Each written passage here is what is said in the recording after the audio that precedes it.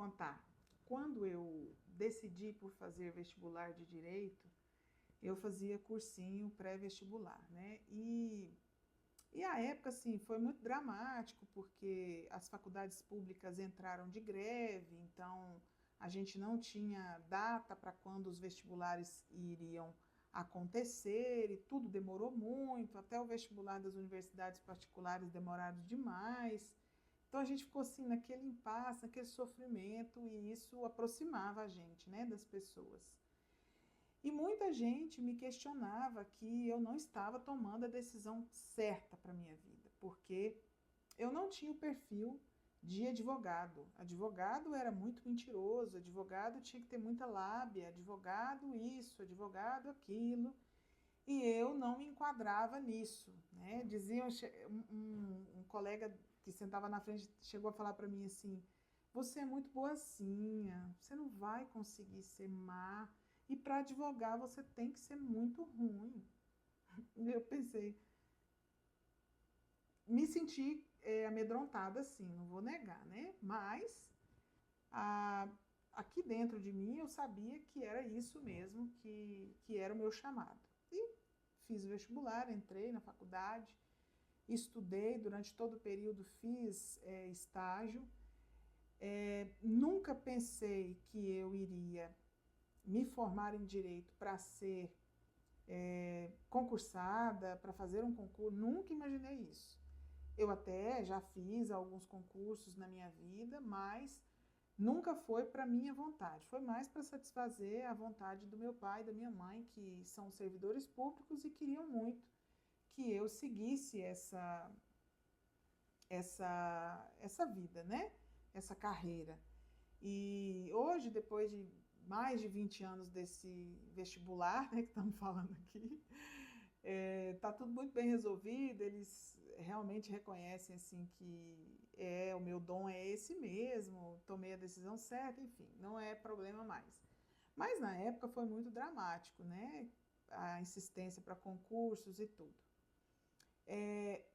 E quando eu entrei na faculdade, discutíamos muito, eu, meus colegas, sobre essa questão de que o advogado, ao nosso tempo, né, quando iniciamos ali, ele era tido como o mentiroso, a pessoa que tem que mentir, a pessoa que tem que ludibriar, a pessoa que precisa ter cara de pau para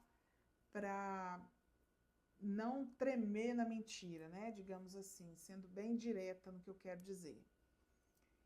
E eu sempre olhei isso e pensava, poxa, mas não é possível que existe só um tipo de advogado no mundo. E até meu avô, eu coloquei isso nas minhas redes sociais há muito tempo atrás, que meu avô ficava assim muito indignado de eu ter escolhido o direito por isso, porque ele se lembrava apenas dos advogados que ele dizia que eram muito espertos e sempre davam um jeito de ter vantagem em cima das outras pessoas, né?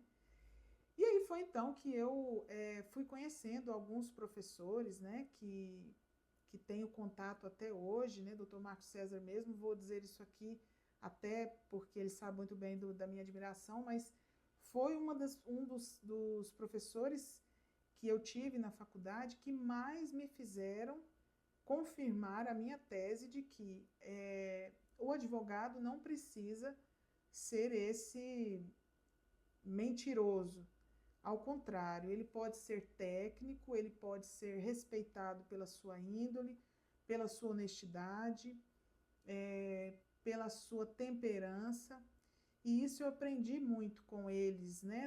No trato, assim, no decorrer das aulas com ele, com todo o escritório dele. Então, a gente não precisa se espelhar neste tipo de advocacia, porque ela não existe, ela não pode perdurar mais. Sabe por quê? Porque a advocacia é muito séria para ser tratada, para nós sermos tratados como mentirosos, como pessoas que passam a perna no outro, como aquele que é tão esperto que o cliente nunca sabe o que aconteceu.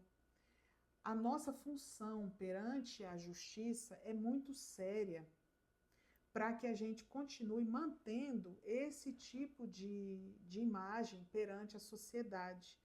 Se você já foi taxado assim, você sabe o que eu estou falando. Sabe como que a gente muda isso? Sabe como que a gente consegue mudar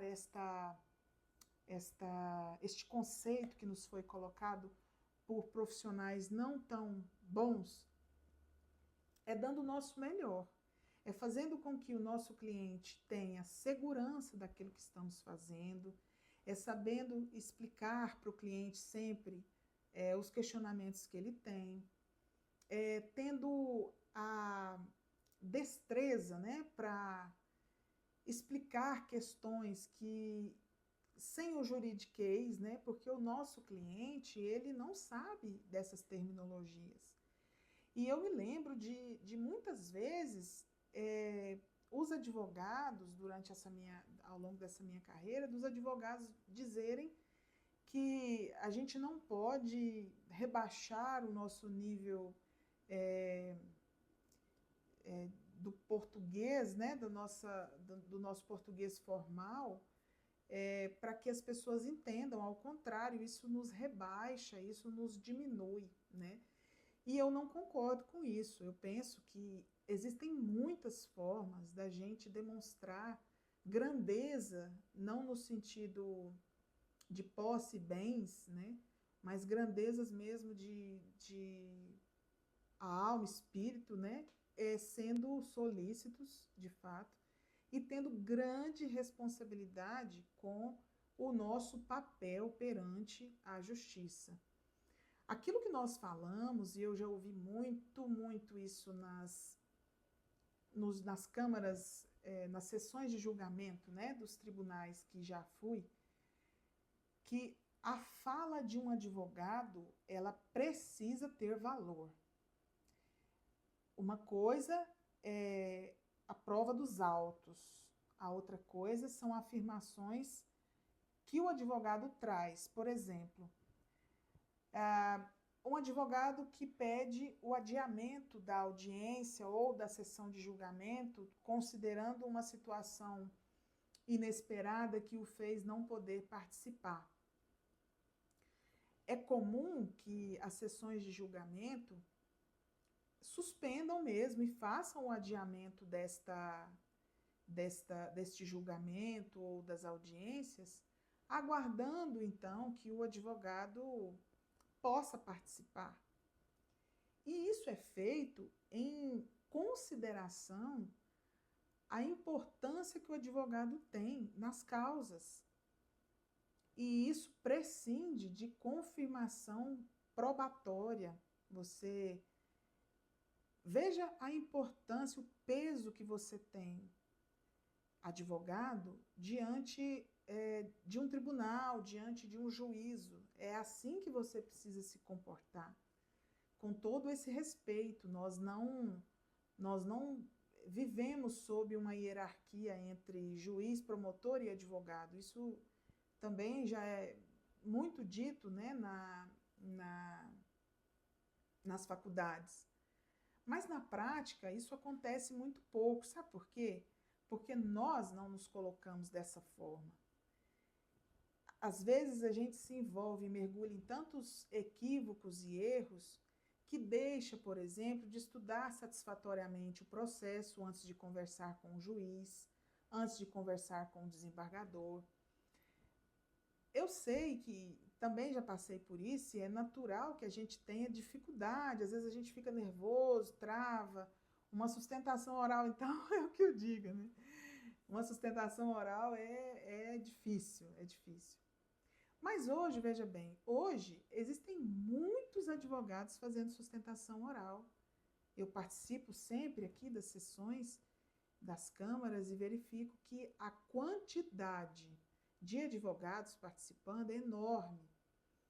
Quando lá em 2008, né, eu comecei a advogar, eu me lembro que eu não fui diretamente fazendo sustentações orais, ao contrário, Eu fui começar a fazer sustentação oral em, acho que 2012. Então tem muito pouco tempo. Mas por quê? Porque é uma situação que exige da gente. E hoje se tornou muito comum. Comum a ponto de que eu tenho visto pouquíssimas decisões reformadas com a sustentação oral do advogado em sessão de julgamento, infelizmente. E isso é preocupante a nós, porque demonstra que, muito embora tenhamos esse direito, talvez não estejamos nós praticando de forma correta, né? E quando a gente, qualquer audiência que a gente vai fazer com um juiz, um desembargador, é essencial que a gente saiba do processo. É essencial que a gente tenha clareza daquilo que nós precisamos pedir, qual é o objetivo. Não vá pelo viés da mentira ou da ocultação de qualquer coisa. Não faça isso. Seja franco em dizer, correto em dizer aquilo que existe nos autos, de modo que o juiz ou o desembargador, quando, se for o caso de conferir aquilo que você está falando, possa, no momento de conferir, dizer: nossa, aquele advogado falou certinho, aquela advogada disse mesmo que havia isso aqui no movimento 40 e, de fato, existe mesmo aqui no movimento 40. É isso que vai elevar o patamar da sua advocacia, é saber se comportar com calma, paciência e postura. E aí sim a gente faz a diferença no tribunal em que a gente atua. Diferentemente do que pensavam, né? Espero eu que pensavam de nós, nós somos profissionais da justiça para levar a justiça a quem necessita, a quem precisa. E é o nosso papel para que essa justiça chegue até os que precisam, que a gente tenha um posicionamento firme, respeitoso, mas incisivo. E a gente consegue isso praticando, lendo principalmente, né? E tá todo mundo que eu converso aqui tá com preguiça de ler, mas precisa ler, todos nós precisamos, eu preciso todos os dias ler um pouco de jurisprudência, de julgados da região que eu mais atuo. Isso é necessário. Se inteirar dos temas que estão em julgamento, isso é necessário. E pouco a pouco a gente vai excluindo, limpando a sociedade dessa velha advocacia que dizia que o advogado necessita mentir, ludibriar, no português bem claro, passar a perna ali nos outros para ter vantagem, porque é muito injusto conosco, né, que tão arduamente atuamos, tão duramente lutamos para que os direitos dos nossos clientes sejam respeitados, que a gente ouça esse tipo de coisa quando do recebimento dos nossos honorários. Mas isso depende de mim, depende de você, depende de nós.